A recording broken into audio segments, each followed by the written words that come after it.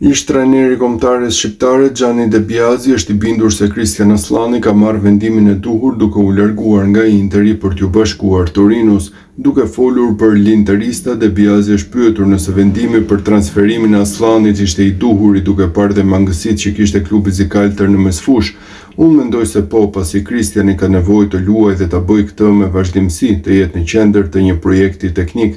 Te Interi ishte në funksion të plotësimit të një projekti teknik, ndërsa tani mund të krijojë eksperjenca të reja pasi ka ndryshuar ambient, trajner dhe persona me të cilët të përballet.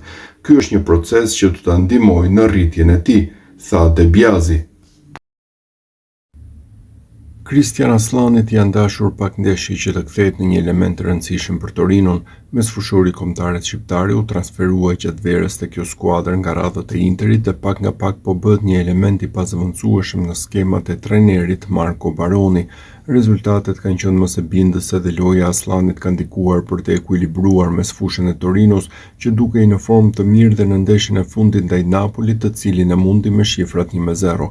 Sipas mediave pranë klubit të Torinos, këto paraqitje kanë bindur që tani klubin që të aktivizojë klauzolën për blerjen pa pritur fundin e sezonit.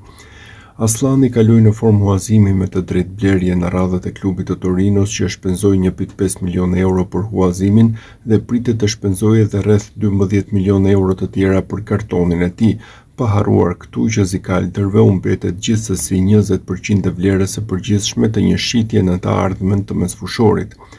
Torino kërkon që të blejë që tani kartonin e Aslanit, duke shpresuar që të përfitojë një skonto nga zikaltrit. Këta të fundit duan të hyjnë në merkato në janar, por për momentin nuk kanë fondet e nevojshme për të bërë lëvizje të rëndësishme. Ndaj Torino ofron që tani të paguajë kartonin e Aslanit me një ulje prej rreth 2 milion eurosh. Një shifër që në këtë moment do të ndihmonte të dy klubet me pak fjalë, ndaj nuk është çudi që shumë shpejt palët të shtrëngojnë duart dhe të finalizojnë marrëveshjen.